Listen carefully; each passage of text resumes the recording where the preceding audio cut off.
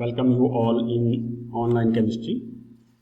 Myself is Pradeep Kumar, lecturer in chemistry. Today I am going to discuss the topic extraction of crude metal from concentrated ore, and this topic has been taken from the chapter General Principles and Processes of Isolation of Elements of class +2 subject chemistry. In previous video we have discussed the processes of concentration of ores. So in this topic we will discuss the extraction of crude metal from concentrated ore. Before extraction of crude metal, the concentrated ore must be converted into a form which is suitable for reduction. मतलब concentrated ओर हमें उस रूप में होनी चाहिए कि उसकी reduction जो आसानी से हो जाए, उस रूप में हमें इसको कन्वर्ट करना पड़ता है. So usually the sulphide ore is concentrated to oxide before reduction because oxides are easier to reduce. Generally हम करते क्या हैं कि जो सल्फाइड ओर है उसको कन्वर्ट कर देते हैं ऑक्साइड में ताकि उसकी रिडक्शन आसानी से हो जाए, क्योंकि ऑक्साइड की रिडक्शन जो आसानी से हो जाती है. तो जो extraction of crude metal from concentrated ore है इसको हम दो स्टेप्स में करते हैं. First step is converting ore into its metal oxide, जिसको हम ऑक्सीडेशन भी कहते हैं, और दूसरा स्टेप जो है that is reducing metal oxide into metal means reduction. तो जो पहला स्टेप है जिसमें हमने कंसंट्रेटेड ओर को मेटल ऑक्साइड में बदलना है, इसको हम दो तरीके से करते हैं. First is calcination and second is roasting.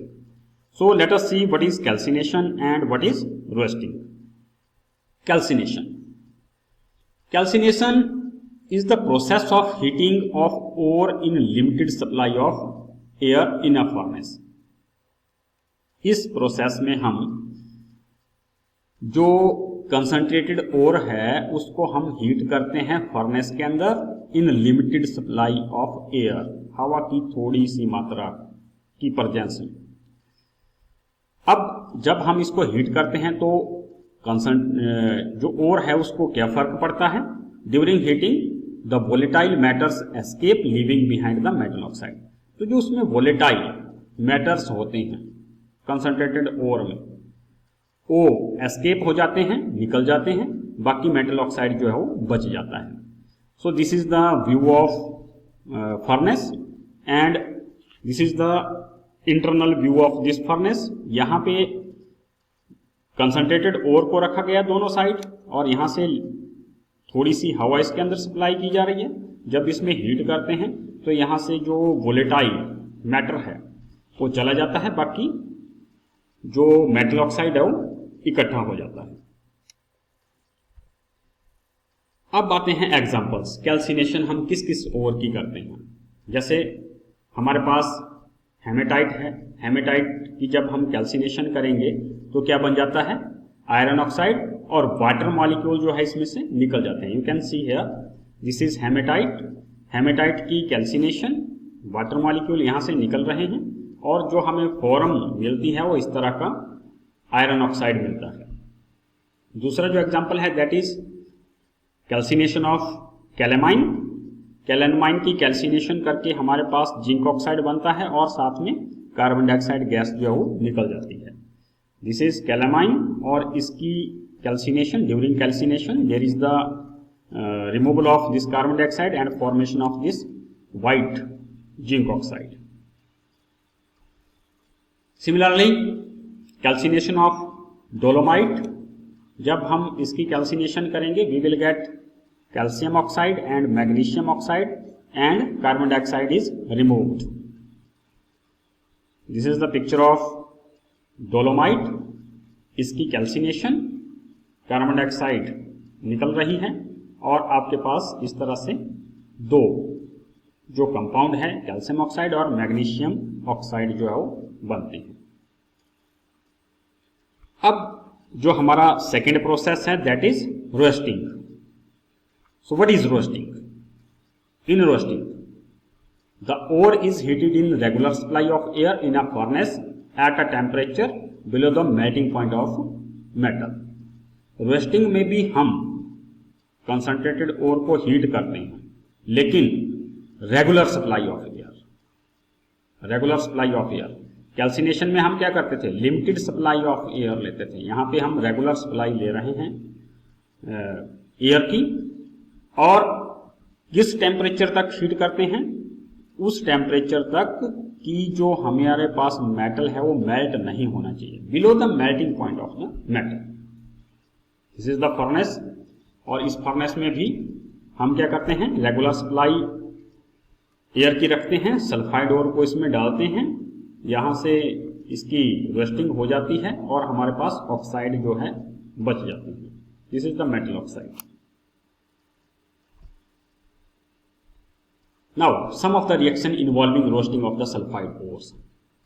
Here, there are the example of this roasting. You can see zinc sulfide in presence of regular supply of air when heated at temperature 850 degrees Celsius. Then formation of zinc oxide and sulfur dioxide is removed. This is sphalerite, और इसको हमने roast किया है। आप देख रहे हैं sulphur dioxide निकल गई और आपके पास जिंक ऑक्साइड इस तरह का कंपाउंड बनता है। Next example is lead sulphide की रोस्टिंग, टेम्परेचर इसके लिए रहेगा 600 Celsius, formation of lead oxide and there is the removal of sulphur dioxide. This is lead sulphide, इसकी roasting and formation of lead oxide with the removal of this sulfur dioxide. Copper pyrite, इसकी भी roasting करते हैं, copper sulphide बनता है, iron sulphide बनता है, और there is the removal of sulphur dioxide. This is copper pyrite. इसकी roasting and formation of this copper matte. Copper matte means combination of this copper sulfide and iron sulfide. The sulfide ores of copper, if contains iron, अगर ये जो copper की sulphide ओर है इनमें iron भी है, then it is mixed with silica before heating. Heat करने से पहले हम क्या करते हैं, सिलिका के साथ इसको मिक्स कर देते हैं, ताकि what will happen? Iron oxide slags off as the iron silicate and copper is produced in the form of copper matte which contains copper sulfide and iron sulfide. तो आयरन ऑक्साइड जो है वो silica के साथ combine करके iron silicate के रूप में निकल जाता है, और हमारे पास कॉपर मैट जो है वो आफ्टर हीटिंग रहता है। This is the reaction copper pyrite, oxygen, copper sulphide, iron sulphide and sulphur dioxide. इसमें हमने क्या किया, यहाँ हमारे पास आयरन सल्फाइड अगर है, it will combine with oxygen and formation of iron oxide and sulphur dioxide. अब iron oxide as a impurity which is also known as gangue, we have added here silica, जिसको हम flux भी कहते हैं, और iron silicate as a slag जो है वो यहां से निकल जाता है। So this reaction it will involve gangue plus flux formation of slag, इसको हम अभी डिस्कस करते हैं। यहां से जो सल्फर डाइऑक्साइड निकलती है, it is utilised for the manufacturing of sulphuric acid, इसको हम सल्फ्यूरिक एसिड बनाने के काम लाते हैं। फ्लक्स, हमने यहां वर्ड यूज किया flux. So what is flux? Sometime non fusible gangue impurities are present in the roasted ore. जो हमारे पास रोस्टेड ओर है उसमें हमारे पास कुछ ऐसी इम्प्योरिटीज बच जाती है जो नॉन फ्यूजिबल है, जो पिघलती नहीं। उस केस में these are removed by adding a substance called flux during the smelting. जब हम स्मेल्टिंग करेंगे, इसकी means reduction of metal with the help of carbon, तो हम उसमें फ्लक्स डाल देते हैं। अब ये जो फ्लक्स डाला हमने, it combined with the gang and form the fusible mass called slag. जो अभी हमने एक आपको रिएक्शन दिखाया था, ये होगा gang plus flux formation of slag. ये यहां पे है, Gangue plus flux, formation of slag. Slag being lighter form metal fluids over the surface of the metal and can be removed from time to time. अब जो slag है ये metal से हल्का होता है, इसलिए ये मेटल की सरफेस के ऊपर फ्लोट कर जाता है और इसको वहां से हम टाइम टू टाइम निकाल सकते हैं या निकालते रहते हैं. Type of flux. अभी जो फ्लक्स है ये कितने टाइप का होता है? दो टाइप का है ये भी, acidic flux and basic flux. So what is acidic flux? If the impurities are basic in nature, for example calcium oxide, iron oxide, then flux is acidic in nature. Means कौन सा flux डालेंगे हम? Acidic flux. और acidic flux कौन सा है? जैसे silica SiO2.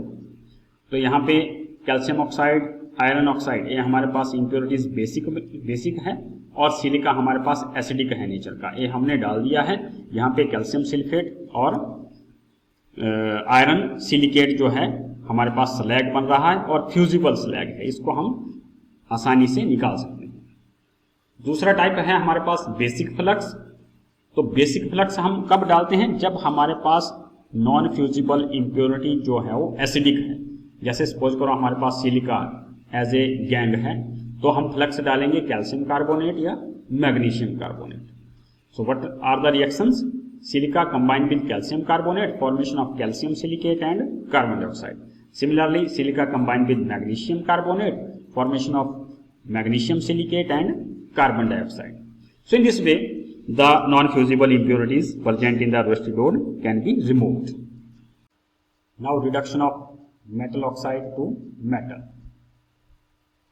The metal oxide obtained after calcination or roasting is converted to free metal by reduction.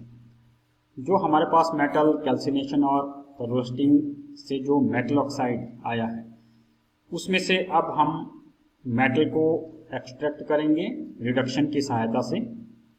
For this purpose suitable reducing agent is used. और इसके लिए हमें जरूरत पड़ती है रिड्यूसिंग एजेंट की. अब किस रिड्यूसिंग एजेंट को हम यूज करेंगे? The choice of reducing agent depends upon the reactivity of metals. किस रिड्यूसिंग एजेंट को हम यूज करेंगे ये किसके ऊपर डिपेंड करता है कि मेटल की रिएक्टिविटी कैसी है. If the metal to be extracted is very reactive like alkali metals, alkaline earth metals and aluminium, then reduction is carried out only by electrolytic method. अगर हमारे पास मेटल ज्यादा रिएक्टिव हैं, वेरी रिएक्टिव हैं, जैसे alkali metals है, alkaline earth metals हैं या एल्यूमिनियम है, तो जो हम रिडक्शन है वो इलेक्ट्रोलाइटिक मेथड के द्वारा ही करते हैं. लेकिन the oxides of less reactive metals such as zinc, iron, copper, tin etcetera can be reduced by the number of reducing agents such as carbon monoxide और इवन अनदर मेटल्स. अगर हमारे पास ऐसे metals हैं या मेटल के oxide हैं जैसे zinc, iron, copper, tin, इनके ऑक्साइड हैं, इनमें से हमने अगर इनको एक्सट्रैक्ट करना है and these metals are less reactive, तो इनकी रिडक्शन जो है हम रिड्यूसिंग एजेंट कार्बन मोनोऑक्साइड या दूसरा मेटल लेकर के भी कर सकते हैं. When carbon is used as a reducing agent, it combine with oxygen of metal oxide and form the carbon monoxide. जब हम कार्बन को as a reducing agent use करते हैं तो ये जो मेटल ऑक्साइड की ऑक्सीजन है इसके साथ कंबाइन करके कार्बन मोनोऑक्साइड बना लेता है. यहां रिएक्शन शो किया है MXOY plus YC, formation of XM plus YCO means metal oxide combined with carbon and form metal and carbon monoxide. Here YX, Y, these are the stoichiometric coefficients of the respective element or metal. In this case the heating is required. अब इस case में जब हमने carbon के साथ metal oxide की reduction करवानी है तो हीटिंग की जरूरत पड़ती है. और इसी से ये डेफिनेशन निकली है pyrometallurgy. What is pyrometallurgy? It is the process of extracting the metal by heating the metal oxide with suitable reducing agent is called pyrometallurgy. Metal oxide का सुइटेबल रिड्यूसिंग एजेंट के साथ हीट करके जो metal का extraction है उसको हम बोलते हैं पायरोमेटलर्जी। अब बात आती है thermodynamic principles of metallurgy. To predict which element will suit as a reducing agent for a given metal oxide and what will be the optimum temperature at which the reduction will proceed। ये बताने के लिए, ये पता लगाने के लिए कि किस मेटल ऑक्साइड के लिए कौन सा रिड्यूसिंग एजेंट सूट कर रहा है और रिडक्शन का टेम्परेचर कितना रहेगा, ये हमें किससे पता लगता है? Thermodynamic principles of metallurgy. For this the thermodynamic principles of metallurgy are used. According to thermodynamics, the feasibility of any reaction or process is expressed by the Gibbs-Helmholtz equation। किसी भी रिएक्शन या प्रोसेस की feasibility thermodynamics में किससे पता लगती है? ये हमें पता लगाने के लिए हम यूज करते हैं गिब्स-हेल्महोल्ट्ज इक्वेशन। और गिब्स-हेल्महोल्ट्ज इक्वेशन क्या है? Delta G is equal to delta H minus T delta S, where H is the enthalpy change. Delta S, what is delta S? Delta S is the entropy change for the process for any reaction. This change could also be explained through the equation delta G dot is equal to minus RT natural log K, where K is the equilibrium constant of the reaction product system at a temperature T। K हमारे पास क्या है? Equilibrium constant है। और इससे भी हमें delta G dot means Gibbs-Helmholtz Gibbs free energy जो है उसका पता लगता है। If delta G is negative means अगर डेल्टा G की वैल्यू किसी भी रिएक्शन या प्रोसेस के लिए नेगेटिव है तभी यह रिएक्शन या प्रोसेस फिजिबल होता है। अगर पॉजिटिव है तो नॉन फिजिबिलिटी बताता है इसकी, या नॉन स्पॉन्टेनिटी बताता है प्रोसेस की। A negative delta G dot implies a positive K in equation number 2। Delta G की वैल्यू नेगेटिव कब होगी? जब आपके पास K की वैल्यू पॉजिटिव होगी, मीन्स इक्विलिब्रियम कांस्टेंट की वैल्यू जो है वो पॉजिटिव होगी। और इक्विलिब्रियम कांस्टेंट है क्या? इक्विलिब्रियम कांस्टेंट क्या होता है? It is the ratio of product of concentration of product to that of concentration of the product of the concentration of the reactant, and this can help happen only when the reaction proceeds towards the product. और ये K की value positive कब होगी? जब reaction जो है वो forward direction में जाएगा, मीन्स प्रोडक्ट की तरफ जाएगा। क्योंकि मैंने अभी बताया K is equal to concentration of product divided by concentration of reactant. अगर आपके पास न्यूमिनेटर ज्यादा होगा, डिनोमिनेटर कम होगा, तभी आपके पास ये वैल्यू पॉजिटिव आएगी। From these facts we can make the following conclusion. Number 1, from equation number 1, एक इक्वेशन से हमें क्या पता लगता है? Delta G is equal to delta H minus T delta S.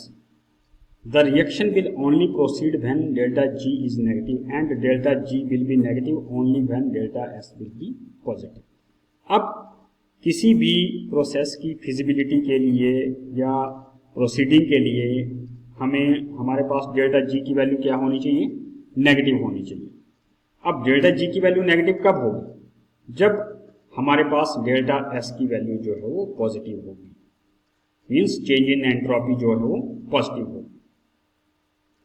On increasing temperature the value of T delta S would increase and delta H will be less than T delta S and then delta G will become negative। जैसे जैसे हमारे पास temperature बढ़ता है वैसे वैसे delta S तो positive है, तो ये टोटल टर्म हमारे पास बढ़ेगी। टोटल टर्म बढ़ेगी तो ये नेगेटिव है, और जब ये टर्म डेल्टा H से बड़ी होगी, means delta H is less than T delta S, तभी हमारे पास डेल्टा जी के साथ नेगेटिव साइन आएगा और तभी जो है वो प्रोसेस की प्रोसीडिंग हो सकती है, मीन्स डेल्टा जी की वैल्यू जो है वो नेगेटिव होनी चाहिए। Second point, if the reactants and products of the two reactions are put together in a system and the net delta G of the two possible reactions is negative, the overall reaction will occur. Most important points, अगर reactant और product दो reactions के हम एक साथ रखते हैं, एक सिस्टम, दो रिएक्शन है हमारे पास, एक रिएक्शन के भी रिएक्टेंट और प्रोडक्ट्स हैं, दूसरे रिएक्शन के भी रिएक्टेंट और प्रोडक्ट हैं, दोनों को हम इकट्ठे रखते हैं और डेल्टा जी की वैल्यू जो है दोनों के लिए निकालते हैं, तो जो उन दोनों रिएक्शन जो इकट्ठे प्रोसीड होते हैं उनके लिए ग्रैंड टोटल जो डेल्टा जी का अगर नेगेटिव आता है तब भी रिएक्शन पॉसिबल होता है।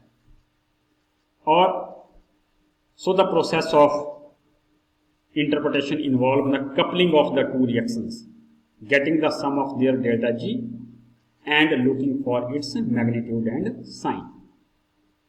तो इस प्रोसेस में दो रिएक्शन की कपलिंग होती है और जो हम डेल्टा जी की वैल्यू निकालते हैं दोनों रिएक्शंस की डेल्टा जी की वैल्यू को सम करके निकालते हैं और जो हमारे पास सम आएगा डेल्टा जी का उसको हम देखेंगे कि उसका मैग्नीट्यूड कितना है और उसके साथ साइन कैसा है। अगर तो नेट साइन नेगेटिव आता है तो रिएक्शन प्रोसीड करेगा।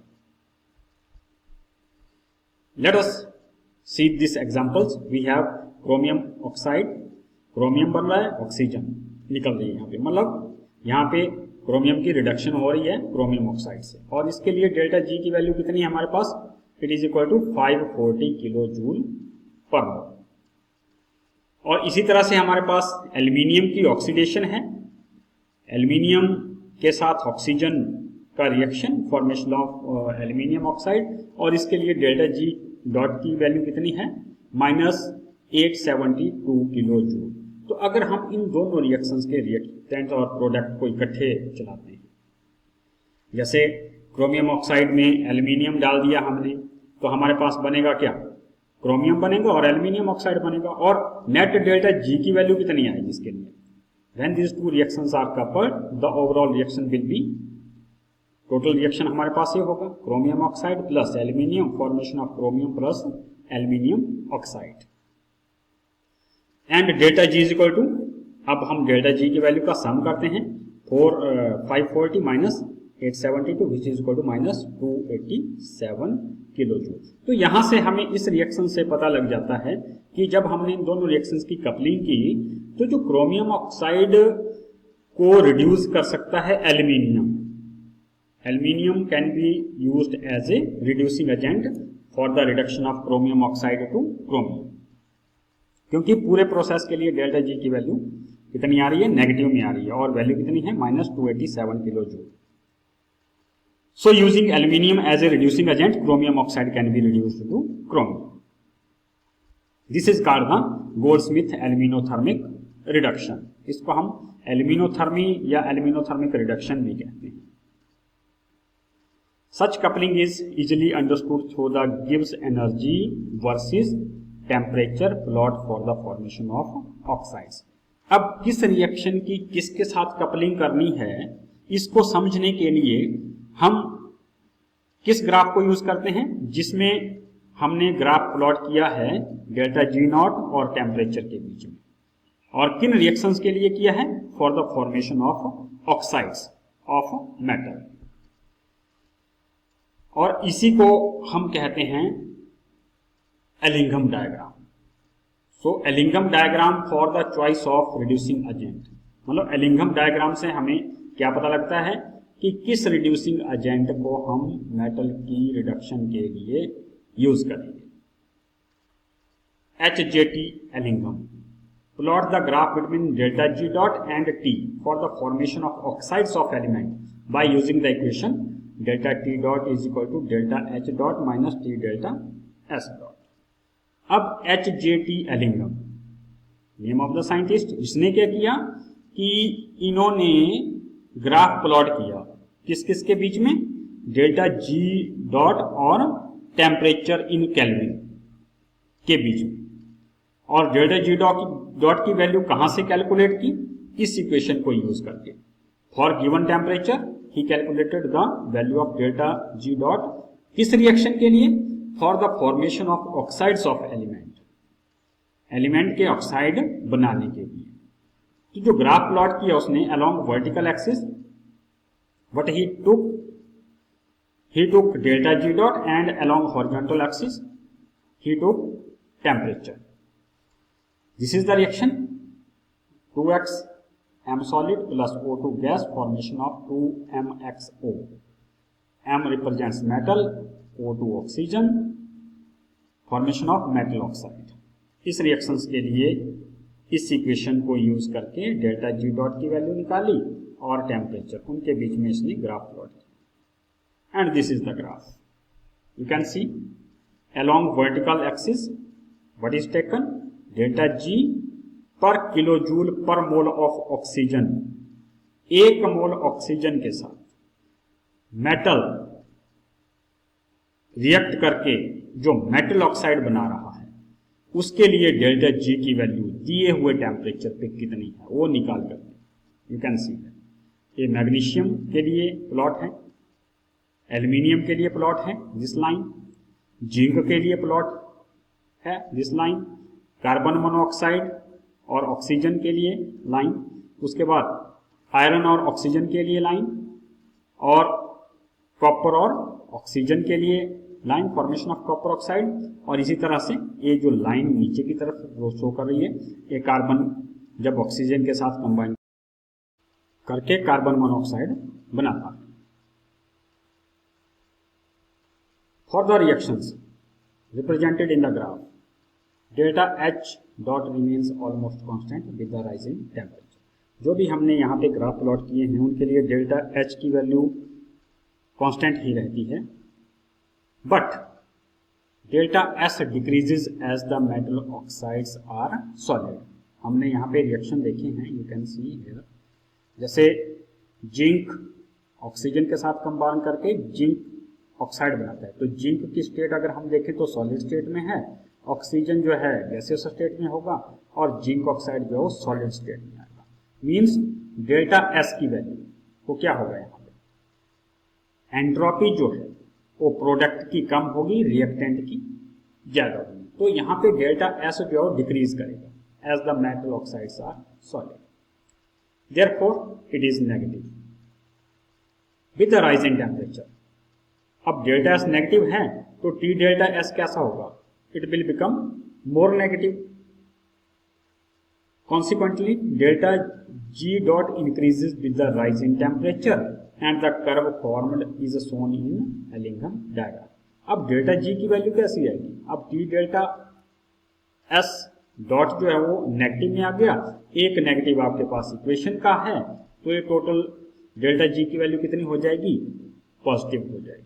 और अगर पॉजिटिव है so this will show the increase of delta G dot with the rising temperature. और इससे आपके पास जो कर्व आएंगे वो कैसे आएंगे, जैसे अभी आपको यहाँ दिखाया है, it will in the increasing, इस तरह से ऊपर की तरफ बढ़ते हैं।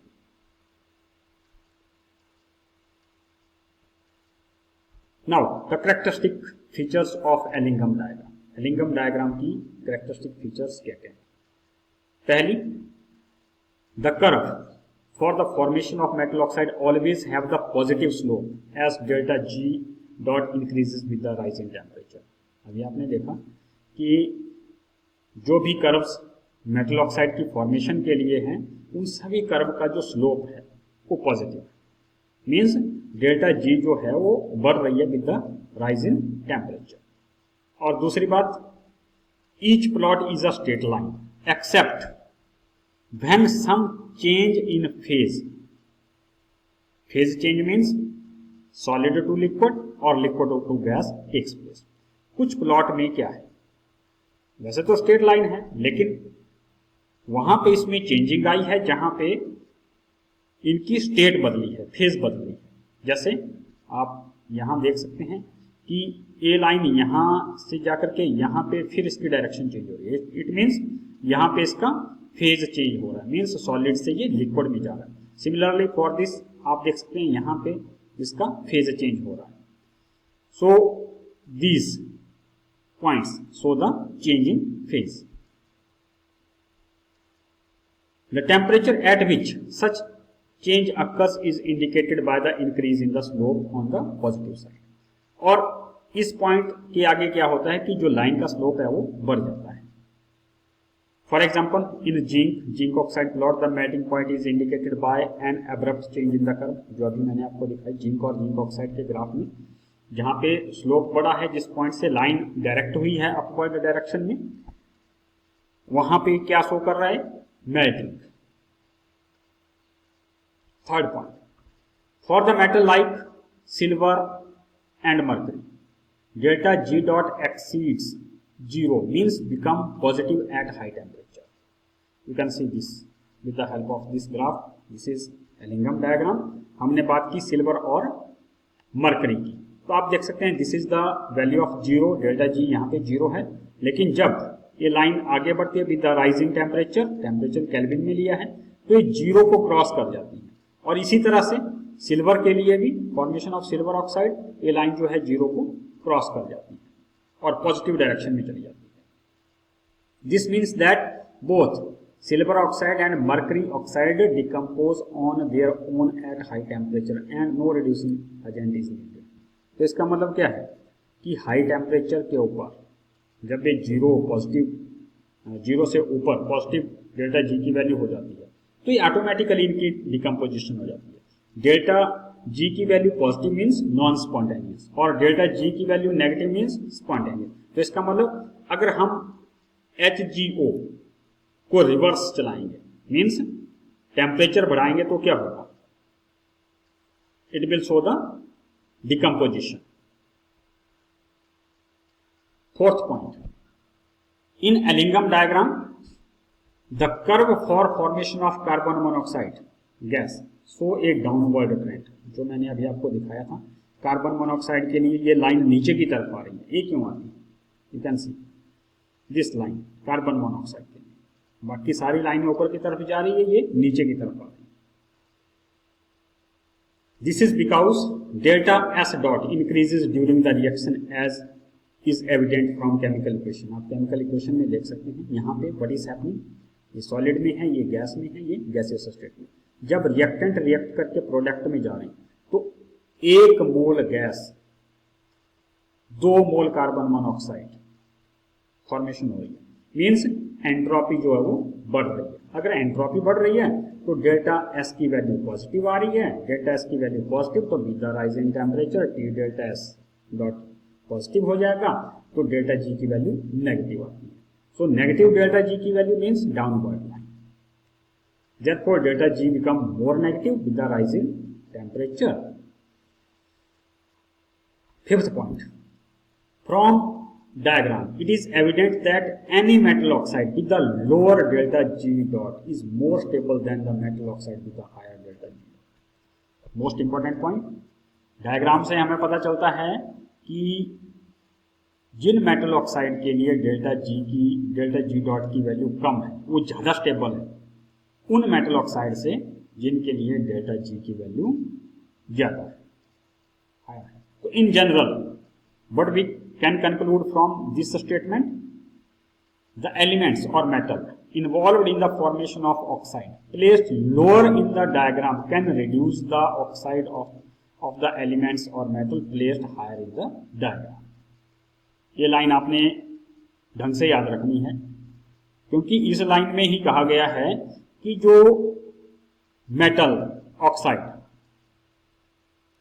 इस डायग्राम में नीचे हैं, they can reduce the metal oxide placed higher in the diagram. मतलब डायग्राम में जो मेटल ऑक्साइड ऊपर हैं उनको रिड्यूस कर सकते हैं नीचे वाले मेटल ऑक्साइड के metal, means the metals of the metal oxide placed lower in Ellingham diagram can reduce the metal oxide of the metal placed in higher in diagram। Means जो ऊपर वाले, जैसे सपोज करो आपके पास यहाँ पे जिंक है, तो जिंक की अगर आपने रिडक्शन करवानी है तो एल्यूमिनियम जो है जिंक ऑक्साइड की रिडक्शन जिंक में करवा सकता है, मतलब निचले वाले मेटल ऊपर वाले मेटल ऑक्साइड को रिड्यूस करवा सकते हैं। This is the meaning of this. Limitations of Ellingham diagram, इस डायग्राम की लिमिटेशन क्या क्या है? The graph simply indicate whether a reaction is possible और नॉट। सिर्फ ग्राफ यही बताता है कि क्या रिएक्शन पॉसिबल है या नहीं है, जो कपलिंग रिएक्शन आप करवाएंगे। It does not say about the kinetics of the reduction process, किस स्पीड के साथ रिडक्शन हो उसके बारे में ये नहीं बताता है। Can not answer the question like how fast it would, कि कितने फास्ट रिएक्शन होगा। Second point, the interpretation of delta G dot is based on के। डेल्टा जी डॉट की वैल्यू की इंटरप्रिटेशन किसके ऊपर डिपेंड कर रही है? इक्विलिब्रियम कांस्टेंट के ऊपर, के की वैल्यू, क्योंकि डेल्टा जी कितने के बराबर है? Delta G dot is equal to minus R T natural log के बराबर लिया है। Thus it is presumed that the reactants and products are in equilibrium. और यहाँ पे क्या सोचा गया है, क्या एज्यूम किया है कि जो रिएक्टेंट और प्रोडक्ट है वो आपस में इक्विलिब्रियम में है। यहाँ पे आप रिएक्शन देख सकते हैं, MXO plus a reducing agent, formation of XM plus AO, AO is the oxidising agent, ये ऑक्सीडेशन हो रही है। This is not always true because the reactant product में बी सॉलिड, और ये हमेशा सत्य नहीं होता है क्योंकि रिएक्टेंट और प्रोडक्ट जो है सॉलिड में भी हो सकते हैं। अगर सॉलिड में होंगे तो उनकी कंसंट्रेशन कांस्टेंट रहती है। अब बात आती है हमारे पास रिड्यूसिंग नेचर ऑफ कार्बन, क्योंकि कार्बन को हम as a reducing agent use करते हैं तो उसका नेचर कैसा है। When carbon react as a reducing agent, जब कार्बन रिड्यूसिंग एजेंट की तरह रिएक्ट करता है तो ये तीन रिएक्शन शो करता है। कार्बन जब ऑक्सीजन के साथ कंबाइन करके क्या बनाएगा? Carbon dioxide. यहाँ पे carbon solid, oxygen gases state में है और कार्बन डाइऑक्साइड गैसेस स्टेट में आ गया। स्टेट का ध्यान रखना है, एंट्रोपी निकालने के लिए यूज होती है। सेकेंड इक्वेशन है carbon solid, formation of O2 gas, formation of 2CO gas. और थर्ड जो इक्वेशन है carbon monoxide gas plus O2 gas, formation of 2CO2 gas. ये हमारे पास तीन इक्वेशन हैं और इनके लिए अगर हम प्लॉट ड्रॉ करेंगे तो किस तरह की? देखिए इस तरह से अलोंग हॉरिजॉन्टल एक्सिस वही टेम्परेचर लिया हुआ है केल्विन में, along vertical axis we have taken the value of delta G dot per mole of oxygen. अब देखिए पहला reaction carbon solid oxygen gas, formation of CO2 gas, this line so this. अब ये straight line क्यों? क्योंकि यहाँ पे entropy change कितने के बराबर है? 0 के बराबर, क्योंकि 1 मोल ऑक्सीजन और 1 ही मोल कार्बन डाइऑक्साइड बन रहा है। गैसेस स्टेट में यही है, सॉलिड की एंट्रोपी तो बदलती नहीं, ओनली गैसियस जो कंपोनेंट है वही चेंज इन एंट्रोपी के लिए रिस्पॉन्सिबल होंगे। तो 1 mole oxygen 1 mole carbon dioxide means there is no change in entropy. अब एंट्रोपी चेंज नहीं है तो T वैसे टेम्परेचर हमने केल्विन में लिया हुआ है और H डेल्टा H जो है वो ऑलरेडी कांस्टेंट, तो डेल्टा G की वैल्यू क्या आएगी? Constant with the rise in temperature. जैसे जैसे हम टेम्परेचर बढ़ाएंगे डेल्टा G की वैल्यू कांस्टेंट आएगी और इस तरह से ये स्ट्रेट लाइन। सेकेंड इक्वेशन में देखिए carbon combined with oxygen, formation of 2CO2, यहां पे 2CO ए लाइन। अब ये डाउनवर्ड क्यों आ रही है? क्योंकि 1 मोल ऑक्सीजन का 2 मोल कार्बन मोनोऑक्साइड बना रहा है, means this is the increase in entropy. और अगर एंट्रोपी बढ़ेगी तो डेल्टा जी की वैल्यू ज्यादा नेगेटिव होगी, ज्यादा नेगेटिव होगी तो इस तरह से ये with the rise in temperature delta G की वैल्यू नेगेटिव होती गई और इस तरह से ये डाउनवर्ड ग्राफ। और यहाँ पे तीसरे में carbon monoxide plus oxygen, formation of 2CO2 gas, यहाँ पे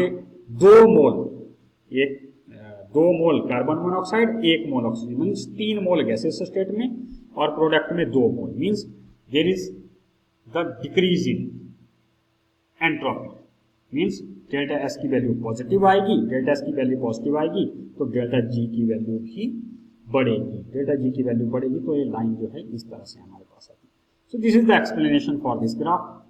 now for first reaction delta S dot is 0, therefore delta G dot is equal to delta H minus T delta S dot remains same with the rise in temperature. It means straight line. Second reaction में entropy increases, that is delta S dot will be positive and delta G dot become increasingly negative and carbon is used for the reduction of metal. In third reaction, the entropy decreases, means that is delta S dot is negative. Third reaction में आप देख रहे हैं delta S dot क्या है, negative में है, और इस तरह से therefore delta G become less negative with the rise in temperature. तो इसी के साथ आप सभी का धन्यवाद.